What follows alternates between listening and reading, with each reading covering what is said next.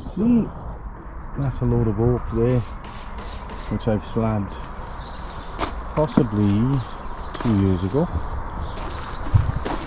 And that's, I think, some of the oak I was using yesterday to make shelves to go with the poultry. Once upon a time, just behind that tiki bar in my next door neighbour's house there, massive oak tree which we took down 4 years ago, and there's still some of it there on the floor, which I've slabbed there. Let's just take you into my workshop. Get in here. There we go. This, I don't know if you can see, it's all slabbed oak at the top of the garden, bottom of the garden. And let's put a bit of light on here to show you. This is what I cut down the other week, and these are going to be the shelves for out in to go out to Portugal. So this was one long length. I've cut it down, just left it to dry, and today I'm just going to show you how I would plane it up, possibly plane it by hand. I've got a machine here, I'll put it on a machine as well to show the different ways of doing it. Sanding it, different ways of sanding with whatever tools you've got. Could even plane it by hand, show you a bit of that. I'll show you then what treatments you can put on there and what I use. I'll get set up and we'll turn the video back on then. Okay, we're just going to talk you through how you can do these oak shelves yourselves, depending on what tools you've got. I'm lucky enough that I do have a thickness planer, electric one, which is 12 inches wide. You can put a 12-inch board in there and feed them through, which is going to be my easiest option today. If I just put this on there for you. Okay, so you can see that's all the chainsaw marks from where I slabbed it with that chainsaw there, and that's your Alaskan sawmill, and that's how I do them. And to be honest, that's a bit rougher than normal, and I think it was because the chain was a bit sharpened a bit incorrectly and not on the machine. But there we go. Anyway, so how would you get that done? You've got some options. You can plane it by hand, a couple of strokes, get it as smooth as you can, and then possibly belt sand it. Let me just put this up on here now. Okay, so you could plane, electric plane. I don't think I'd be wanting to do it by hand with an hand plane, but if that's all you've got, you can do it with that. Get it as good as you can, both sides. Then you could use a belt sander and then a pad sander. My belt sander is in Portugal, so we haven't got that option there.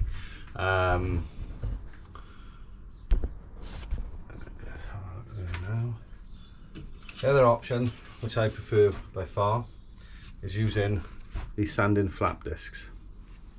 They go in your angle grinder and you grind it over. The problem with these are you can dig in, things will come out a bit wavy, but kind of like that's the look I like, and this stuff really does rip it down. So I'll be probably using these today. I might just show you that now and just put a plane across it. We'll go from there really. I can't think of any other options. You've got your electric plane thicknesser to get the boards down, then a belt sand, then a pad sand to whatever finish you want. If you haven't got electrical tools, you could use an hand plane. After the hand plane, then you're sanding with, you can sand it by hand if you want, if you haven't got no tools at all, but it's going to take you a long time. So, but these are very good, and I'll just show you these now as well. They're good because I like, this is called Waney edge or live edge, the actual shape of the tree, and these are perfect for getting all that up nice when these spin around and getting into the nooks and crannies, because you can't do it with a belt sander or a pad sander. So I'm going to chuck one of these now. No, in fact, let's put the electric plane on it. Let's show you one electric plane on that. Okay.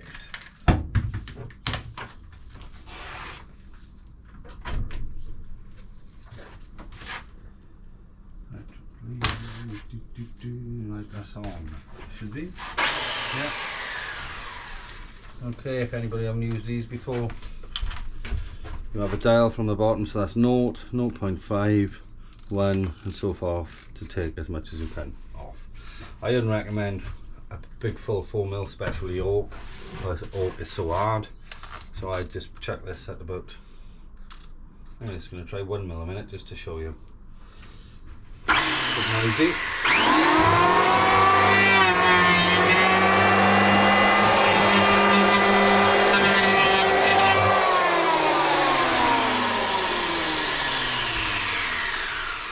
You can see how rough this is. I was only just taking little bits.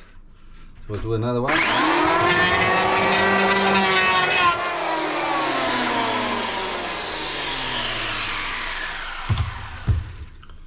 There we go. So starting to bring it up. You can see all the little parts there. And you just keep on doing that until you get as good as you can. You will find that obviously this is only doing, what, 3 inches. So you do this bit, then you'll do that bit, and then that bit. What you will have then, you will have lines, and that's when you sand them out then with this, or with a angle grinder with a flap disc, or a belt sander, and a pad sander. If you wanted your boards perfectly flat, then I wouldn't be using this method. I would be going from a plane to a belt sander to a pad sander, and that will be perfectly flat. But I like the imperfections. Basically, if we're using or doing live edge, veiny edge, old rustic, it would even look nice keeping little lines in like this. But I think I'm going to get them out today. Right, let's put this through the electric planer now. That thicknesser, I should say.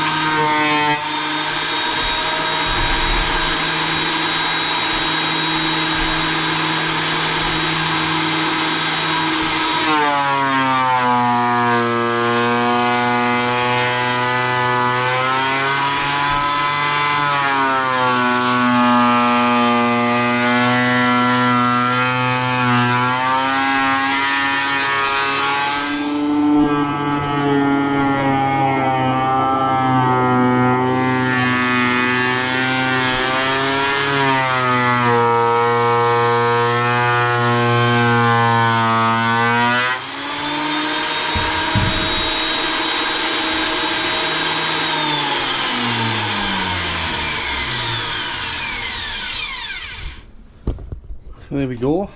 You can see I've done a couple of passes there, and you can see how it's starting to come out. Quite a nice look there, to be honest. If it was to be sanded in and oiled, that would come up nice.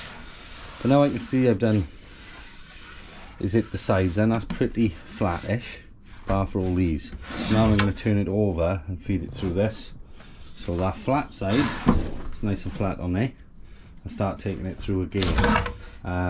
So obviously this is so uneven. I noticed when I was pushing it through then there's a lot of movement in there. So that's pretty good there now. We'll turn them over and we'll have another go.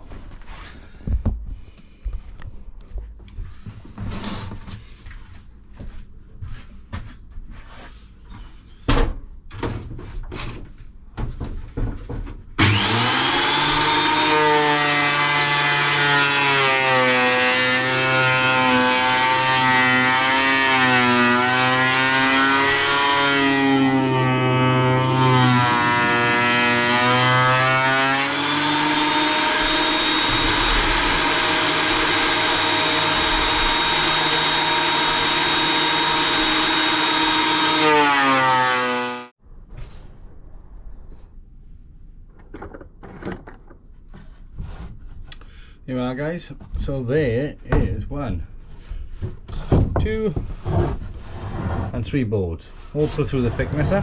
If you can see on this board, you can see a lot of lines in here. Don't know if you can pick that up, but I'm loving it. I like it. I'm going to keep it in. That's going to probably be the center shelf, which you'll see the most, and I'm going to keep them in, sand them, and when that's all up, kind of like tells a story. That tells me my chain was knackered on my chainsaw when I was slabbing it. But there they are, top, bottom. You can see I haven't planed it all down. This little flap disc now will get into them and just rip all that out. We don't want it perfect. We want it as wavy and waney, live edge as possible. Now you see there's bark on this side. The bark have come off on this side.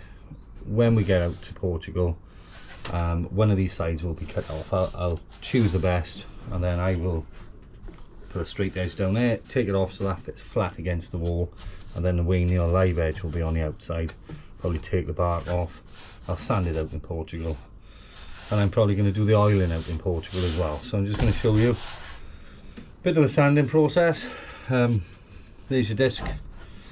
People are going to say, oh, there's no guard on it. I never use a guard on these when I'm sanding. Put a guard on for everything else if I can. If you see my previous videos, I've got an old Black & Decker one of these out there, no guard on it, and that's the one I always used to use for sanding in this shed here. But like I said, if you cut in tiles, anything like that, stone, put a guard on. But for sanding, don't need it as far as I'm concerned. This is an old one in here, quite a bit of life left in it though, so let's just show you a second.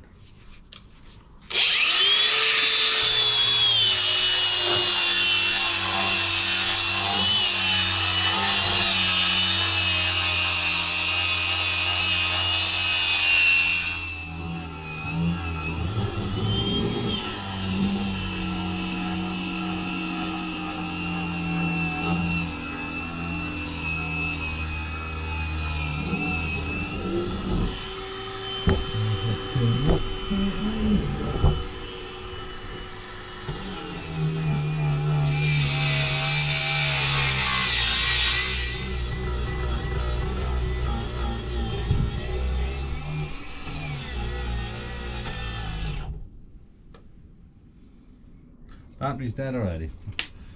That was awful. But yeah, you get the gist of it. Just go over it. When you're in here, you've got a lot of movement with this.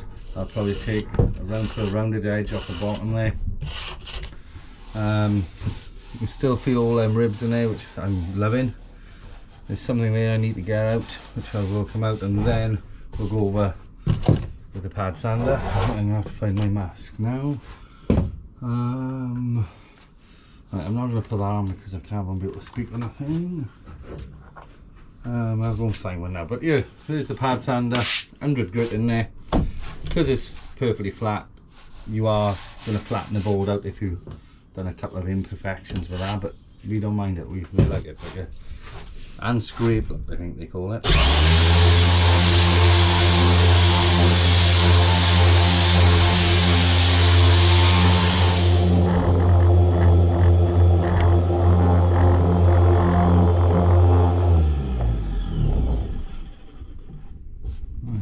You feel that now, that feels quite nice, to be honest. I'm not going to go any lower grit. You can go down to 300, 400 and French polish on if you want to. No need. This will be fine for the look we're looking for. Again, with a pad sander, you could use the end of that if you had some intricate little bits you wanted to get into, like. But yeah, that's how I do it. I'll sand all them up. I'll show you the finished product later. I will just talk to you about this now. Finishes. This is what I've got here at the moment. When I first started doing this, basically I was on YouTube. Like you guys probably are, just looking and learning how to French polish, learning all about the finishes for oak, because I started making oak furniture because my missus asked for an oak dining table when looking for one. And I said, I'm not paying that money for that rubbish, I'll make you one. So that's what I done. So What I started off with is always the cheapest, and that was linseed oil. Now I was always buying wood like this off a mate of mine, which was out in the field, so you'd have all your bark on it and things like that. He advised me, he said get your Danish oil, your linseed oil, tang oil. There's your 3 oils basically. Linseed oil is the cheapest, Danish oil's in between, tang oil's the dearest. Tang oil I went for in the end because it does come out slightly lighter on the wood, but very expensive. But I always mixed it with this 5-star wood treatment, because there is lots of grubs in this wood. Now, the boy I used to buy it all off, like he told me, woodworm don't want to go into the heart of the wood, right?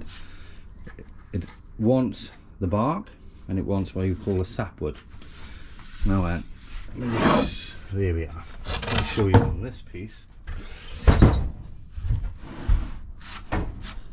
Bark, sapwood, and then there's your heartwood.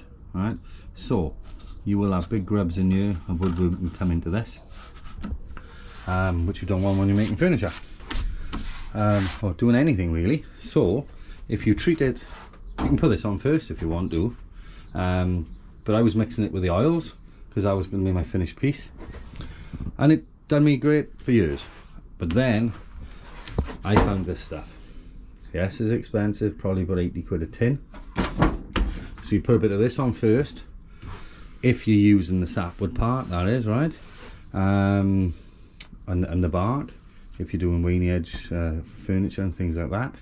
So you put a bit of that on first, let that go off, and then you just use this, and this stuff is absolutely fantastic. Paint it on with a paintbrush. You can even use a roller if you wanted, like a gloss roller. I always use a paintbrush. Watch the oak, the green pop, and it's stunning. 2 coats of that and it goes a long way, and Bob's your uncle. You've got waxes. This is a clear beeswax. What I used to do, going back to the Danish oils or the tang oils and things, I'd get a finish with that. When I was happy with it, I would put a clear wax on the top, and that was nice. But I do find after a good couple of years, the oak furniture started going darker with them oils. It doesn't seem to go darker with this hard wax oil. This is the stuff I recommend. Brilliant. Lots of different makes. Osmo was one of the first ones to come out, I think. I'm using Fiddy's now. A couple of reviews I seen saying that it was slightly better than Osmo. I can't see no difference, but it was £5 cheaper when I bought it. So, bing bang bong. Yeah, I'll show you found it up to a bit of a better state. Show you what I mean. Maybe I'll put a bit of hard wax oil on one of them, but I don't want to do that yet until I'm out there, because a lot of this is going to be cut down and I don't want to waste hard wax oil. 10-4, over and out.